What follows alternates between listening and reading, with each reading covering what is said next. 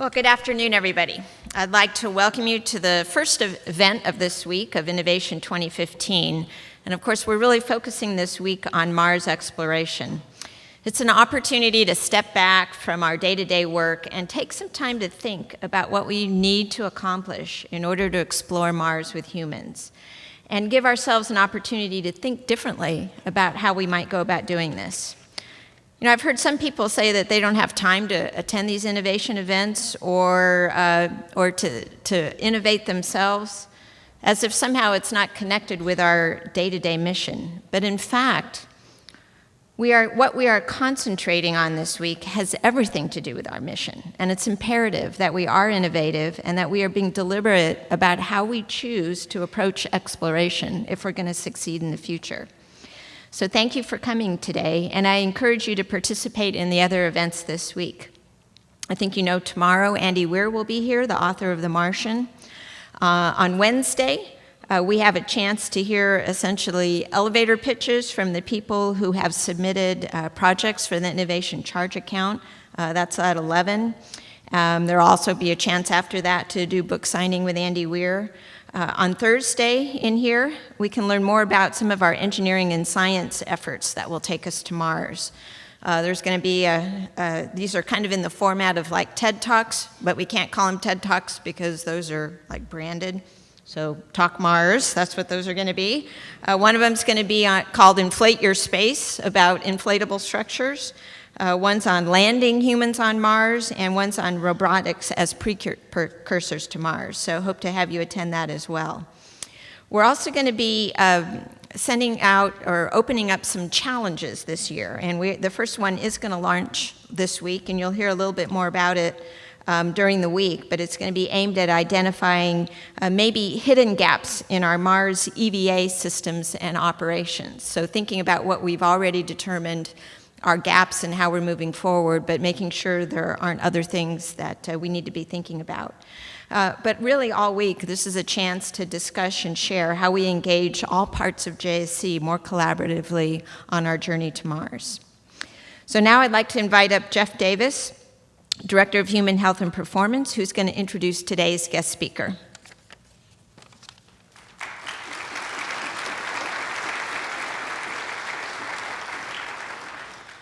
Thanks, Ellen. And as part of what Human Health and Performance is doing this week, we are having a couple of days of blue sky events where we're really trying to think about disruptive innovation and what does that mean for us to get to Mars in the next 20 or 25 years. So to kick that off for us today, it's my pleasure to introduce Dr. Daniel Kraft. He and I have known each other over the last 25 years or so. And he has 20 years of experience in clinical practice, biomedical research, and healthcare innovation. He chairs the medicine track for Singularity University. Some of you are probably familiar with that. And is founding executive director of Exponential Medicine, a program which explores convergent, exponentially developing technologies and their potential in biomedicine and healthcare. His various TED Talks have over 1 million views. He was trained at Brown University, went to medical school at Stanford, and then attended the Harvard Combined Internal Medicine and Pediatrics Residency Program at the Mass General Hospital in Boston and the Boston Children's Hospital. He went on to complete Stanford fellowships in hematology and oncology and bone marrow transplantation, and has extensive research in stem cell biology and regenerative medicine. He has multiple publications in Nature and Science, and medical device, immunology, and stem cell-related patents through faculty positions with Stanford and as clinical faculty for the Pediatric Bone Marrow Transplantation Service at the University of California at San Francisco. So I think you'll enjoy this as a very diverse, interesting talk about what the future and potential of medicine can be. And with that, I'll turn it over to Dr. Daniel Kraft.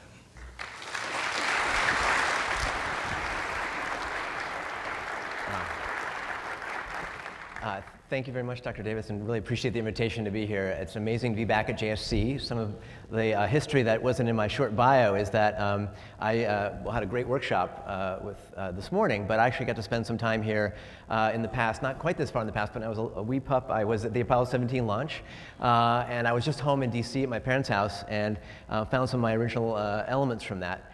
And just just a moment to thank all of you from the past and the future for the inspiration that's been in my life and many, many others that's been built right here at JSC. Here's the best things I found in that old box, my old coloring book. And some match collection. Maybe that's worth something on eBay. I went on after being inspired as a kid and growing up near the Air and Space Museum to spend time at Stanford working on missions to Mars, and then actually spent a summer at International Space University, of which some in the crowd here are alumni and friends. We did a whole mission to Mars architecture, and so I spent some time thinking about the issues of long-duration spaceflight, everything from long-duration partial gravity on the way to Mars and back. But it really helped inspire my thinking as a physician and scientist about the convergence of technologies coming in different places. And even when I was a medical student at Stanford, I worked and published an article on veniconstructive thigh cuffs, and my co-author, some of you might recognize Kel, is Lindgren flying to space station in a month or two. So that's a little bit of my past. And I spent a month here as a medical student when I was at Stanford, even published something on liquid cooling garments. And about 10 years ago came here to interview for the astronaut corps. So I had a great experience then. Unfortunately, the dock got docked out. My left eye was just over the 2200 uncorrected version. So someone fix that for me, please. Okay. So let's look a little bit into the future of health and medicine in a broad perspective that might inform some of your thinking about as we go to Mars and beyond. And it's a bit fun to go back to the future before we go dive into the future. If you all remember, what year did they go into the future in this movie? It was 2015. We're actually in the future. I'm waiting for my hoverboard. It's under prototype, but it's Tony Hawk on a hoverboard prototype. But as we sort of look into the future, it's sometimes helpful to know where we came from. And I had a chance myself to go back to the future recently. I trained at Mass General Hospital. I was back there for the 200th anniversary of MGH. Those are the guys and girls I trained with in the trenches. And of course, it was in Boston, so we could joke about walking uphill both ways in the snow. And I found myself after one of the receptions all by myself at midnight in one of the most famous spots of healthcare history. It's called the Ether Dome, and it's called the Ether Dome because back in 1846, over 150 years ago, the patient in this very picture was the very first to get general anesthesia with his surgery. Before that, they used to literally bite the bullet. This picture is clearly before the HIPAA privacy laws came along. But if you go to the Ether Dome today, which you can go to, it's frozen in time. You still see the same actual sponge and the medical instruments from that actual case. Nothing has changed there. I wandered down the hall about 4 minutes away to the ward where I spent my first month as a terrified young intern doctor in 1996, and to my shock and dismay, that was also frozen in time and unchanged. Had some of the alarms beeping, some of the same nurses, some of the same patients.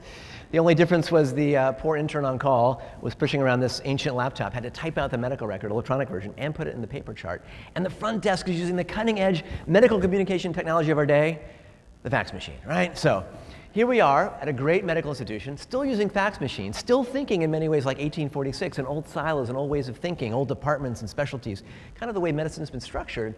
But we're in this new age where we don't need to think about our doctor visit being the 37-minute wait on average for the 12-minute on average doctor visit. We're in this connected age, this exponential age where we can think out of the bucket of body parts and specialties in different ways. And I think the same thing applies for spaceflight. All these different technologies and fields, some old ways of thinking, some new ones that can come together to reinvent spaceflight and aerospace medicine. Because we have challenges, whether it's in space or on the ground. In medicine, lots of challenges: rising costs, the aging demographic, 10,000 baby boomers turning 65 every day, access to care. No matter what you think about Obamacare, we have a lot more covered Americans, but a big shortage of primary care physicians in many parts of the world, let alone on other planets. We have issues with big data coming at us, lots of data like you deal with, but how do we make that insightful and actionable information that you can use as a patient, as a consumer, as a physician? And a lot of that care, as you might know, is fragmented, still sometimes on paper, sometimes electronic. So lots of waste in the system. And even though a lot of the innovations are here today, the technology is here today, I'll show you some of it, our friends at the FDA have problems regulating it. Our friends, the payers who cover the costs, don't know how to often pay for these things, similar to the challenges of flying certain hardware. So if we think about our healthcare system today, it's really a bit of a sick care system. It's built on a very intermittent and reactive model. Intermittent meaning every once in a while you get a piece of data, blood pressure, EKG, a cholesterol level, and the data you might get to your doctor occasionally, very intermittently. And we're very reactive. We wait for the heart attack, the stroke, the lump to be stage 3 and detected.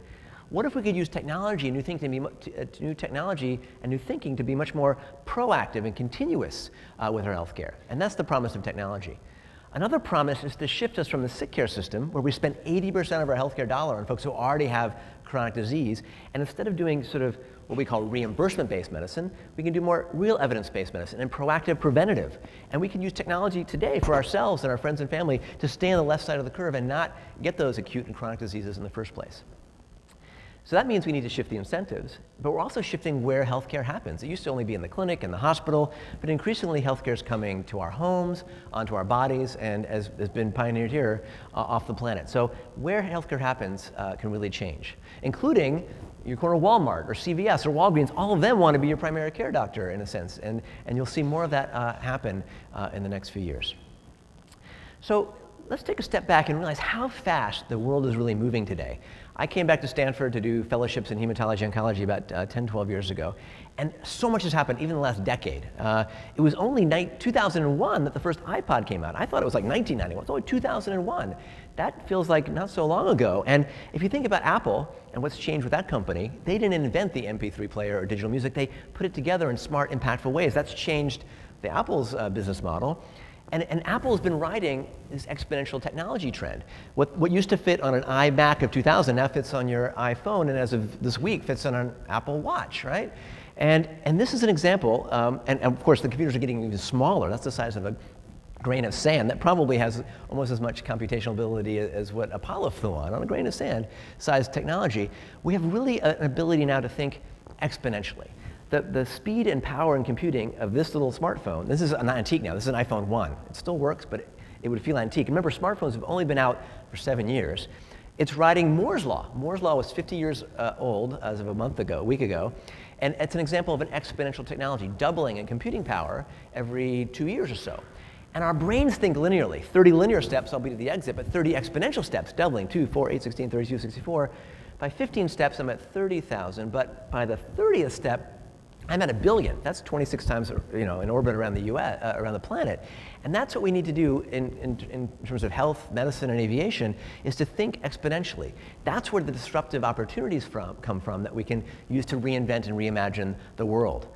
And of course, it's not just Moore's Law, it's 3D printing, it's robotics, it's social networks. All these things are coming together really in interesting ways to enable us to reimagine things. Just like in the last decade, we've reimagined how we read books. We sell more ebooks than regular books. Amazon does. They've self-disrupted.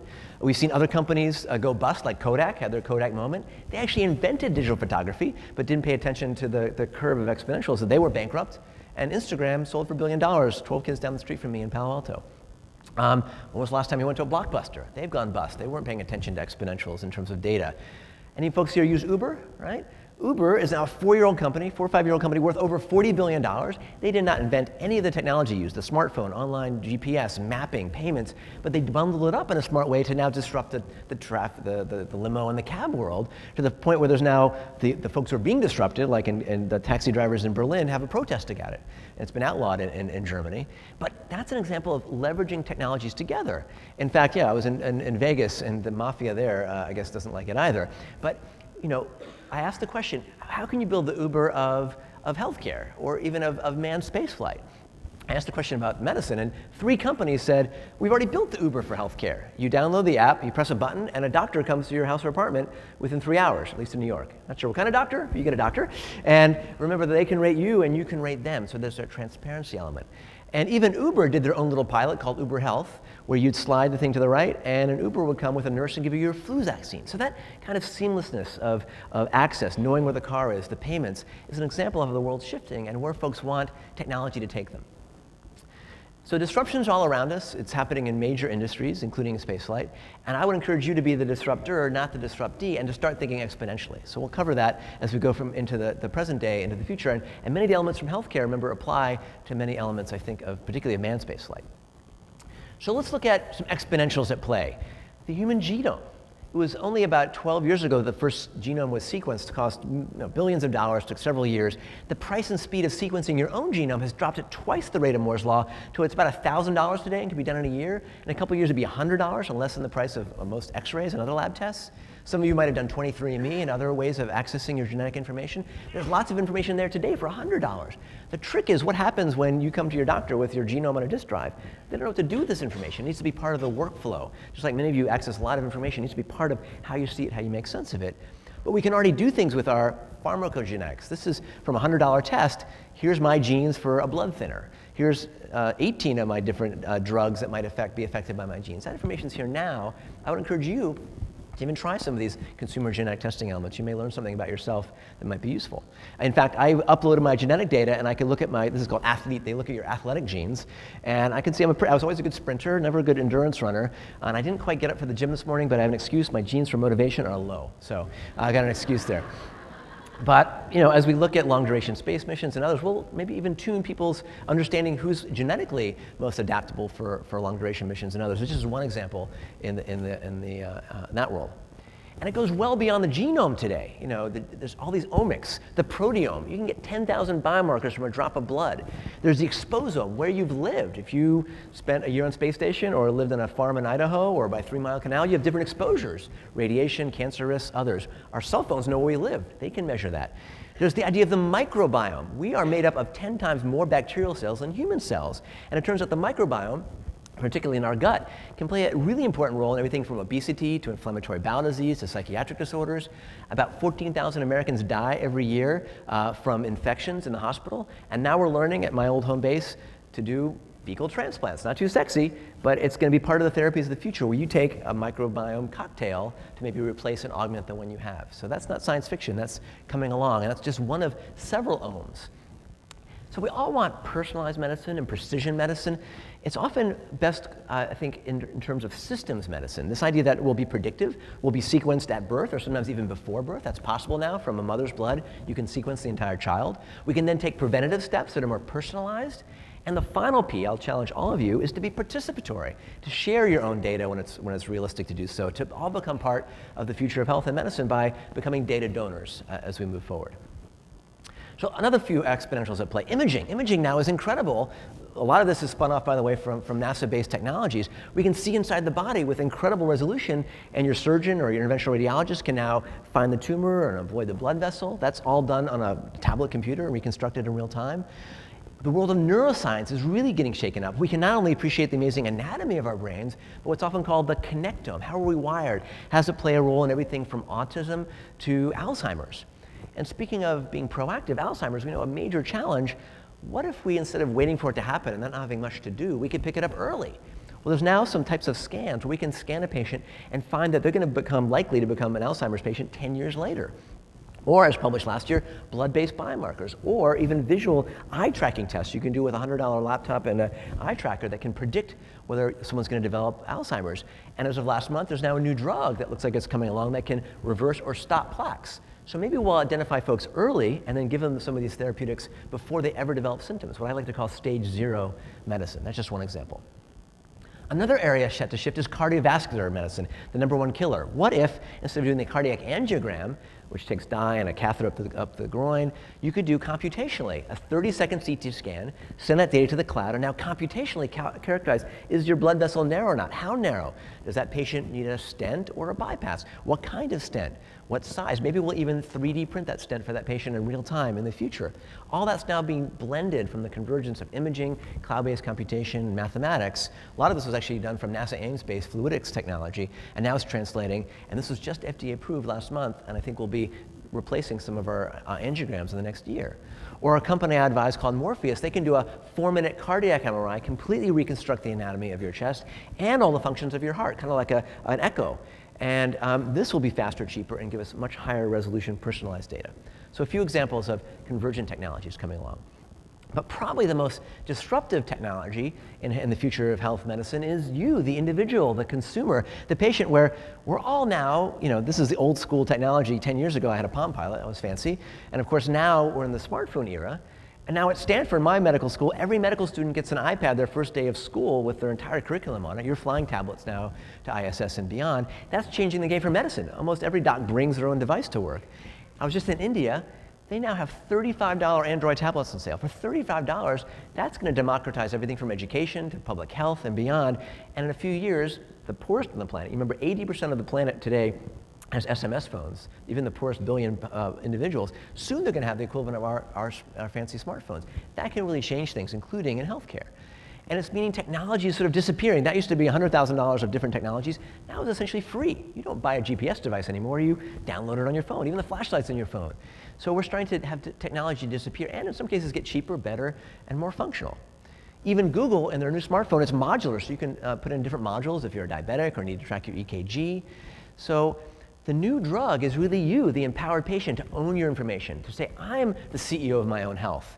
If you have diabetes, you can now get connected glucometers that will record your blood sugar, send that to your clinical team. There are now patches that can transmit to your smartphone real-time blood glucose.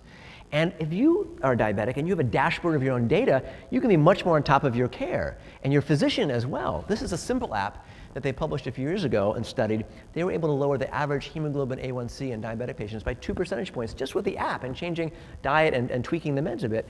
This is now the first FDA-approved app that's getting paid for by insurance companies for diabetes. So we're going to enter an era where I'll prescribe you not a glucometer, but a glucometer with the social network in it and diet tracking and a team. I'll be prescribing you apps instead of a drug and device. You know, apps for pregnancy. Pregnancy hasn't changed for a while. Pre-op apps, post-op apps. All these things are going to become embedded in our everyday health and medicine. And just like I think you can send up checklists now by apps, that sort of element will come along. You can now make restaurant reservations, like with OpenTable. Another company did that for doctors. ZocDoc, one of the most successful healthcare IT companies, bringing that sensibility along. Even the pharmacies now allow you to scan your pill bottle and do a refill. So this new appification of medicine is quite powerful. They're coming to our Apple Watches to remind you to take your meds, which is important because 50% of folks don't take their medicines as they should, and you might have now an easier reminder. We're seeing Mayo Clinic publish that apps can reduce hospital readmissions dramatically. So the lesson here is it's this integration of information, technology, and mobile that can really empower all of us, whether you're a physician, a patient, a flight surgeon, or what have you. And we can make healthcare more engaging. What if we make, some people like points. Some of you have Fitbits and compete with those technologies. We can take off-the-shelf technologies like a Microsoft Kinect that used to be, millions of dollars, now is consumerized, and that can be used to help you track your physical therapy, make it more engaging and fun. Maybe folks will actually do it for a change, right? We can now digitize all this information. This new era is often called mobile health or connected health or digital health, because now in my pocket I can have the equivalent of an entire clinic in the past. I can attach to my smartphone a little otoscope and look in my kids' ears and send that data back and prescribe that to families with kids with otitis media. Or eye exams, and I know NASA's work with iNetra to do eye exams on your smartphone. Their first market was in the US actually, or NASA. They were going to go to India, where you could have very few eye doctors, press a button and order your glasses. And as of last week, this company spun off a different one called Blink, where in New York, a little team will come in a car like an Uber and do your whole eye exam with these mobile devices and send you your glasses or contacts. So new ways of bundling things are shifting entire industries. One of my favorite examples is telemedicine was really invented here. I mean, here's Buzz Aldrin's, or Buzz Aldrin's EKG. When he landed on the moon on Apollo 11, he had a very fast heart rate. I think Neil was a little more chill.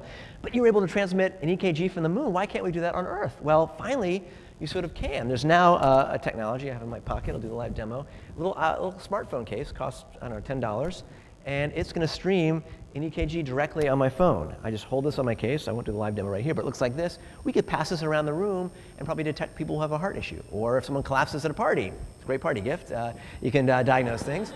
Or if someone has atrial fibrillation, or you're on station and someone has a funny rhythm, you don't need to wire them up with 12 EKG. You say, hold the phone, boom. That data is available immediately. And the app itself now does analysis, or you can press a button and have an actual cardiologist see that data. So the ability to collect information and gain insights for it, here's my EKG on this, is particularly getting faster, cheaper, and easier. Now, some of this came from this consumer movement, often called the quantified self, only about 6 years old. How many folks here have a Fitbit or any kind of self-tracker? Only a few of you. I probably lost it in the laundry or forgot the charger. Well, I'm wearing like 6 of them right now. I won't show them all of them. But that world now where we can connect our scales that can tweet your weight, blood pressure cuffs that talk to each other, our smartphones now, right? These are highly instrumented devices that can track your heart rate, your steps, other elements. Blood pressure. Some of you might have high blood pressure. You can now, for $60, buy a connected blood pressure cuff and integrate that data back to your doctor, because companies like Google and Samsung and Apple are now integrating that through your consumer devices. So now that information can seamlessly flow and potentially become actionable, not just another data point. Oh, by the way, you can have this data. Sometimes you might need a coach to help you. There's now coaching apps where you have a real coach, but we're moving to the era of AI coaches. Here's a quick look of something coming soon.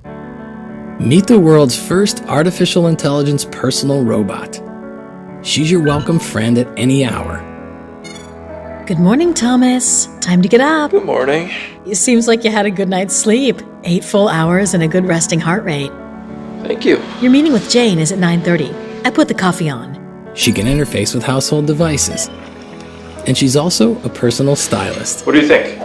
Why don't you try the blue tie with it? Good idea. She's your world-class office assistant, using our Yeah, that's coming along, a little AI assistant. We can even wire our youngest patients. This is my son Leo about 6 months ago when he's wearing a connected onesie. So he's donating his data to science, and I don't need that to tell him he's waking up every 2 hours. But what if you had a child in a neonatal intensive care unit? You could send them out earlier with some of these connected technologies. And some of them used to be, very futuristic. This is from the cover of Wired, the back page, Artifacts from the Future, the connected diaper. Well, now, as of last year, Huggies came out with TweetPea. You can figure out what that does, right? There's also data for number 2. Sometimes too much information. It's available. All right, okay. Other ways to get connected now. These sensors are pretty basic. They're little accelerometers. Used to be $1 million accelerometers are now $2 and can live in all of our devices. So we're moving to all this Internet of Things. It's coming to the Internet of the body. Internet of Pills. There are pills now that can track when and if you took them or not, right? There are now patches and clothes that are being embedded with wearable devices. And when the astronauts fly, they're very telemetered, but these now come from a simple take-on shirt. They're going to be part of our cars. Digital tattoos have been developed that can monitor and track your vital signs. I have in my pocket from a company, oh no, technology fail. Let's see. This sometimes happens on this. It's okay, I got to back up.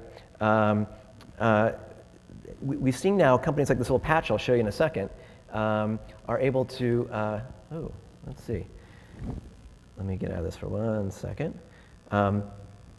We're seeing technologies like this smart patch, I'll show you in a second, if I can reboot this, are really able now to stream what used to be intensive care unit level data right to our smartphone and into the cloud. This would be something we're talking about this morning that could be flown on station today or in future missions, whereby you're able to have what's essentially used to be an intensive care unit just with this little patch. This little patch is going to be about $3 a day, and you'll soon be able to wear this for sporting, to optimize your activities, but also be useful in a whole new realm of activities to track and learn from. So we have billions of data points coming from our mobile devices. The challenge is, what do we do with this? How do we make sense of all this information? You want to be overwhelmed by 12 apps and 12 different devices. So my favorite analogy would be the modern car. Your modern car today has 300 sensors in it. You don't care about any one sensor. You care about when your check engine light comes on. And when your check engine light comes on, hopefully you do something about it. Just like when you have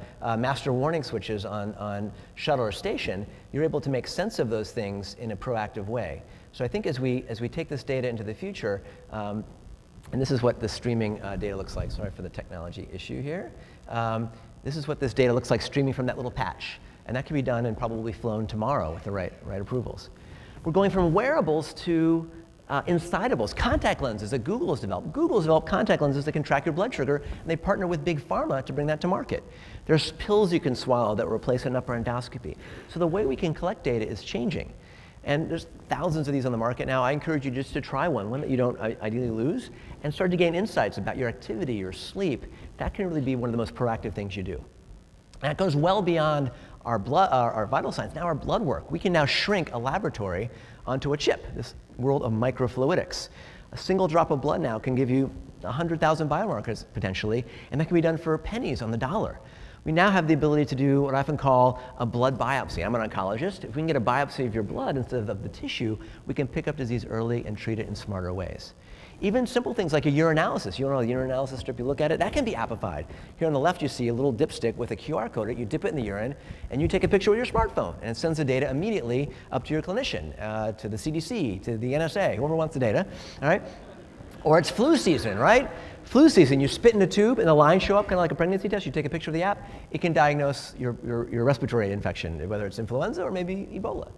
And speaking of things like Ebola, we can even now print at the point of care lab tests, which might be useful on long duration or on station. You can print the lab test on demand, in this case, one developed by Harvard to pick up Ebola from saliva.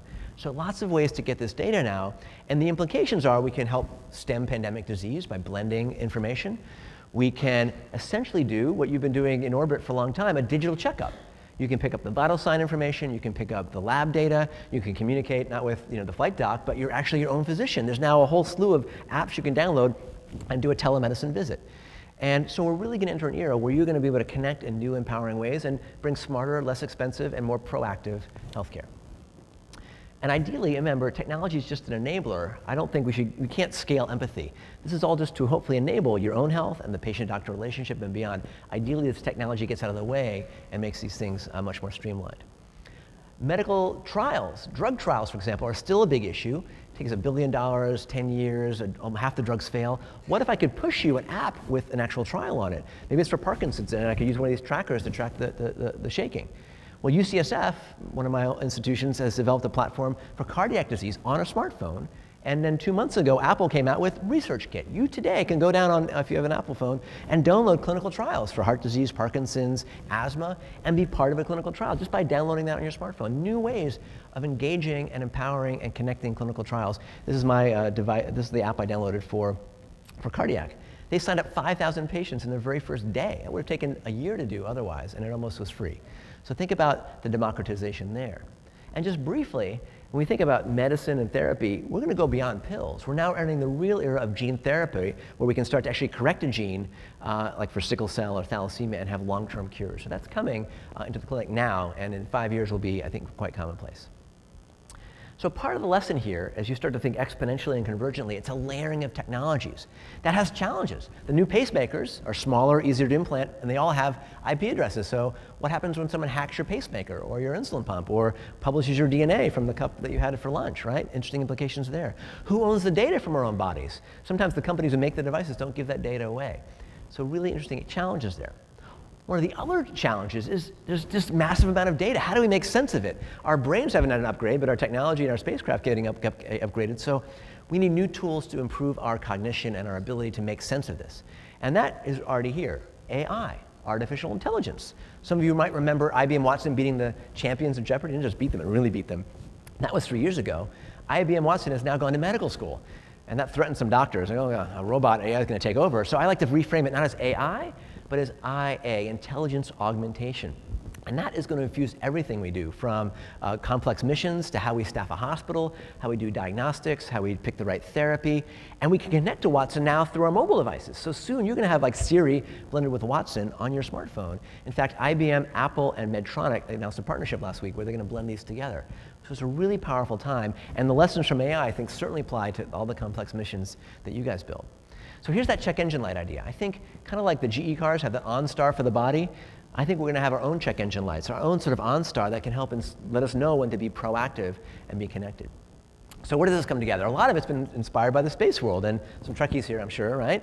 Remember the Bones McCoy with the tricorder? That used to be science fiction, but now there are $100,000 ultrasounds that fit in your pocket and do the same thing, right?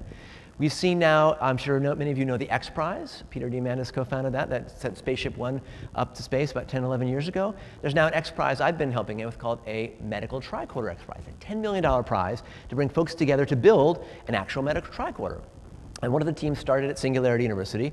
This is actually it, right here. This is a device you hold it to your forehead as the patient at home, and it collects your heart rate, your temperature, oxygen saturation, your blood pressure. It calculates it. It understands your baseline. It'll communicate that to your clinician. And what's interesting about this is they crowdfunded this, like $1.6 million, and 10,000 of these shipped in the last month or so as part of the trial. So in a year or two, I expect you'll have something like this in your own home, which will help you track your own information. And this has design thinking built in. I introduced this company to IDEO, and we made this little movie of the near future of all these technologies coming together. Take a quick look.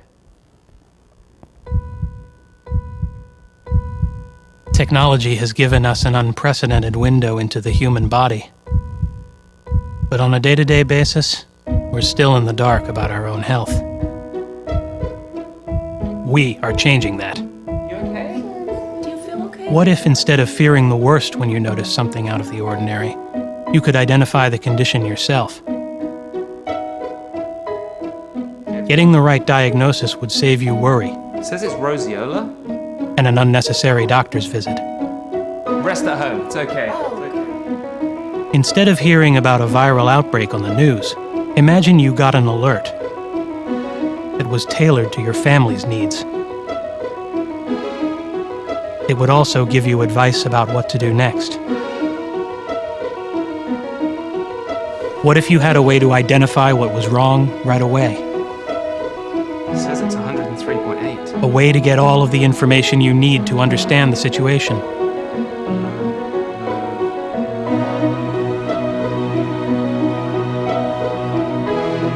And in serious cases, you would know when and where to seek help. It recommends taking it to the urgent care.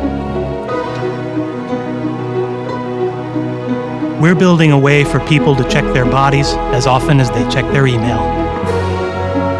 It's all possible, and it's only the beginning. But this technology is coming for those who like to measure your data. And in fact, again, they funded this. They crowdfunded the clinical trial for this. So new ways of funding innovation are here as well. And that means we're all not just silos, we're not individuals, we're all part of a connected system. Whether you're part of a crew or a family or a community, our social networks play a huge role in our health, whether it's depression or obesity. And we're learning that our behaviors are much more impactful than our baseline genetics. If we can moderate our behaviors, we can have a huge impact on our costs of care, for example.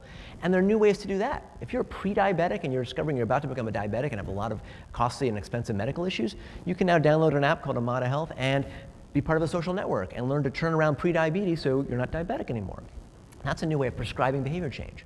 Or what if you could see future you? You look in the mirror and you see future you, right? That's going to inspire some folks that might rewire your brain. Or if you keep having donuts for breakfast, future you, right? That might inspire you. And you don't need to wait for the magic mirror. You can download an app. Here's me now. Here's me 1,000 donuts later. Future me, you know. So I vote the donut. Or if you have a kid or a patient who smokes 2 packs a day, you can show them what their skin's going to look like. That might change your perceptions. Or if you're spending too much time on Facebook, you know, lots of ways to see the future.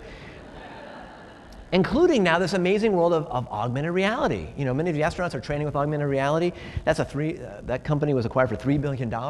And Google said, we can build one of those for $10. This is the cardboard-based version. You slot your smartphone and you're in a virtual world. That can do everything from training on missions and maintaining currency on spaceflight, to learning anatomy, to treating PTSD, to being in all sorts of new environments. We're going to see a lot happen with augmented and virtual reality, especially in healthcare, and especially as you want situational awareness if you're a pilot, a physician, a surgeon, or a patient. Think about how that's going to integrate in your lives. And we can be telepresent as well, not just with wearables, but telepresent robotics. We can already round in hospitals with special robots. I was actually on a panel, meet Dr. Droid. I couldn't be there in person, so I showed up on the left in the panel on the robot. New ways to be telepresently localized. You guys do all that already in orbit, but that's going to change healthcare. We have robots delivering labs and x-rays in hospitals. We have robots enabling the disabled. One of the most exciting areas now is enabling the disabled with things like brain-computer interface. This is my alma mater, Brown University's work.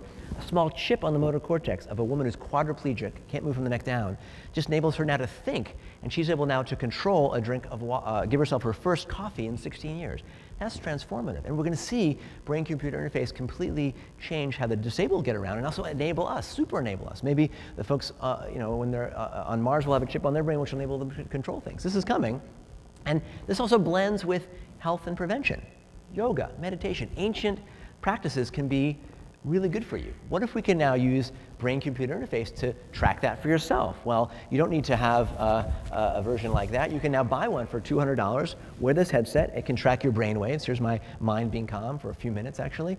We could prescribe meditation or mindfulness. That can lower depression or anxiety. It might be useful on long-duration missions. All sorts of ways you might think about using these in your daily life. It's even being used to train kids who have attention deficit disorder to get focus. They learn to focus with the headset, and when they're done, they get off of their Ritalin and other medications.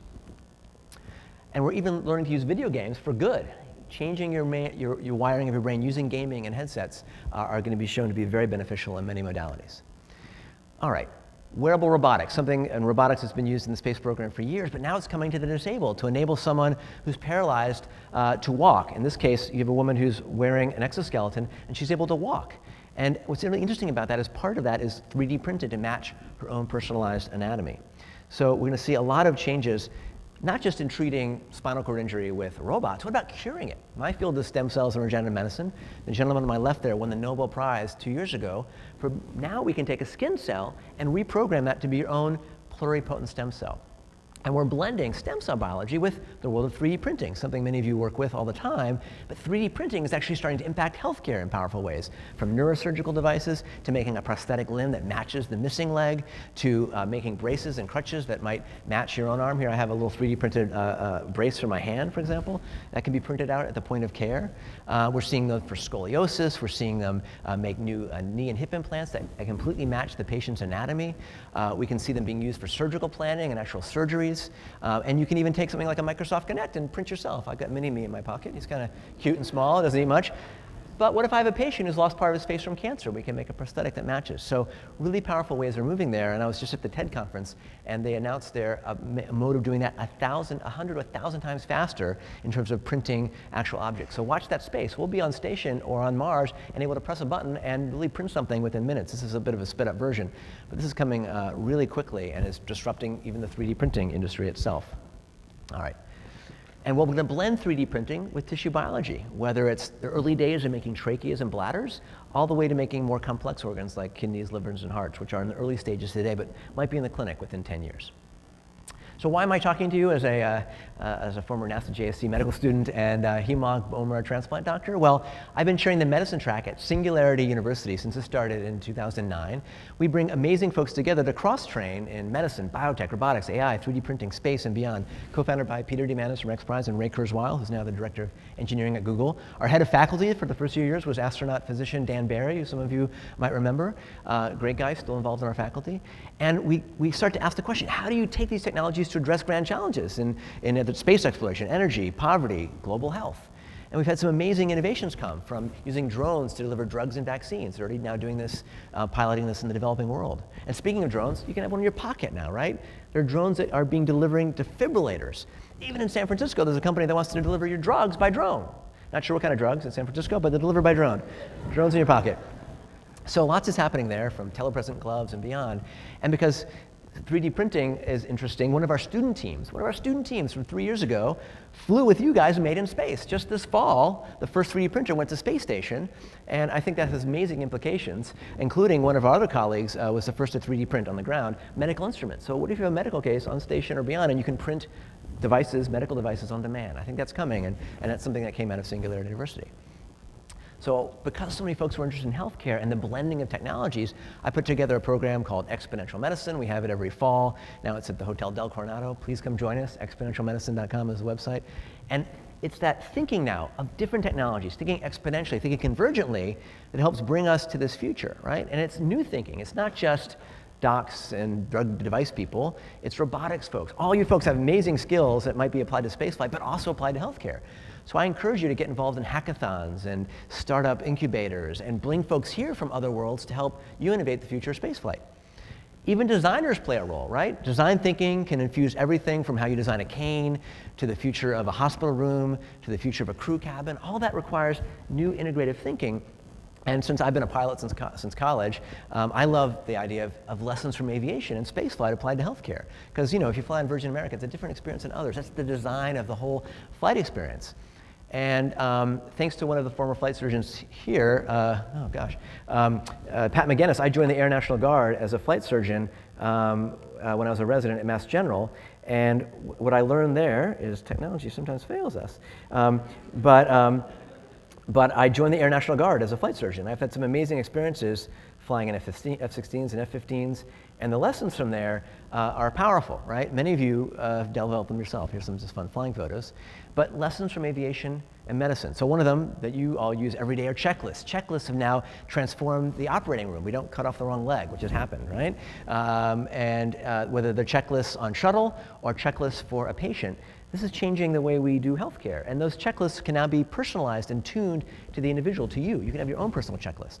We're seeing lessons from simulation, something you guys do really well and has made spaceflight safer, is now coming to the operating room. And every medical student now trains on, not cadavers, but on simulation. This is the Sim Center at Stanford, here we go. And now we bring teams together, just like you bring crews together, to train on procedures and dramatically improves outcomes. We can even simulate organs on chips. Couple last lessons, I've got 2 minutes left, is heads-up display. How do we see data differently? You know the old round dials. Now we're in the glass cockpit era. That gives the pilot and the crew situational awareness. How do we bring situational awareness to the intensive care unit? Lockheed Martin, the fighter pilot company, is working with Hopkins to make the new intensive care unit. How do we take the heads-up display of the flying world and bring it down? And how do we bring the other clues, like Bitching Bob or Bitching Betty tells you to pull up when you're about to hit a mountain? Altitude. Right? Altitude. How do we bring that sensibility to our healthcare? Because we need different data if we're landing in bad weather or we're in a dogfight. And we have dashboards already that influence our behavior. In some of our cars, we can drive to hit the right speed and element. And we want our own personal GPS to be like Daniel, go right to the gym, not left to McDonald's. All right, that's going to come. You're going to have a GPS that's going to help guide you through your life based on your own information. Not too much data. Starbucks, squirrels, will be a little overwhelmed. You need to tune that to the individual as we go. And we're going to see the world differently. We're already in the era of basically bionic eyes. But even those of us who are lucky to see normally, we're going to see augmented vision contact lenses that can bring the internet to our eyeball, which also has a dark side, some interesting applications. Here's a vision of the future. You have your contact lens on, and you're on a tough date, so you bring up some little help. You need the Wingman app. Here we go.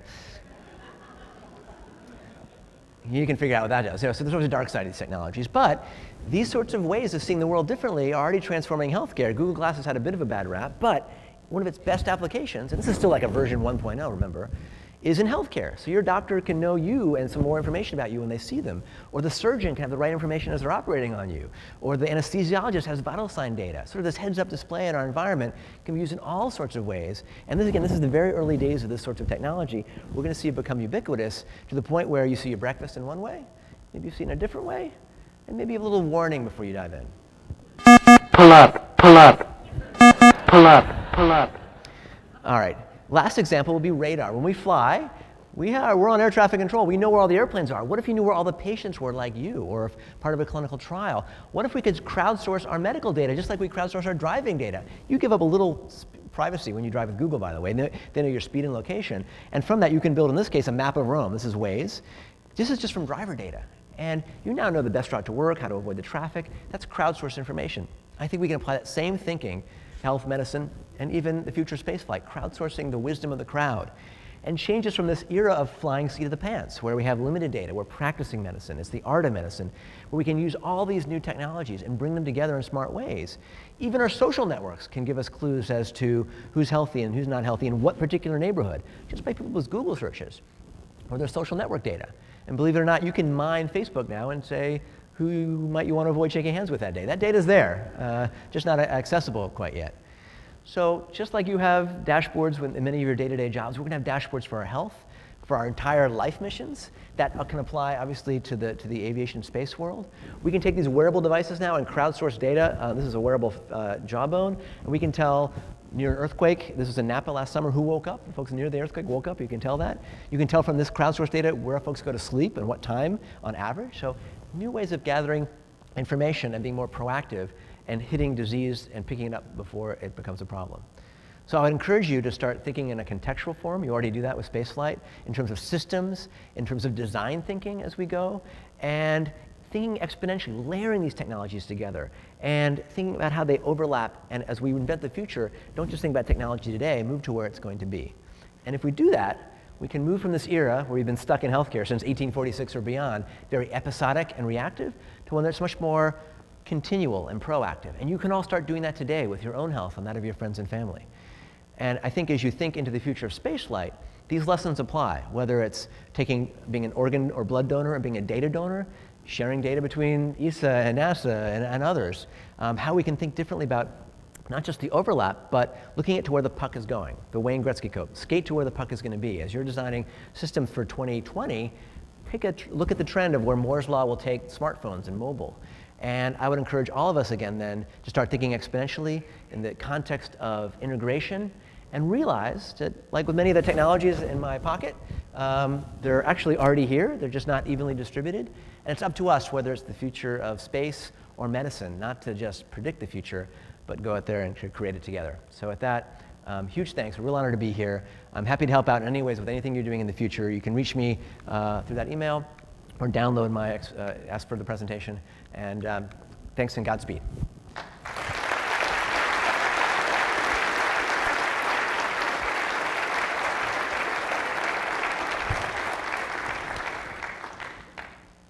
Do you want to do Q&A?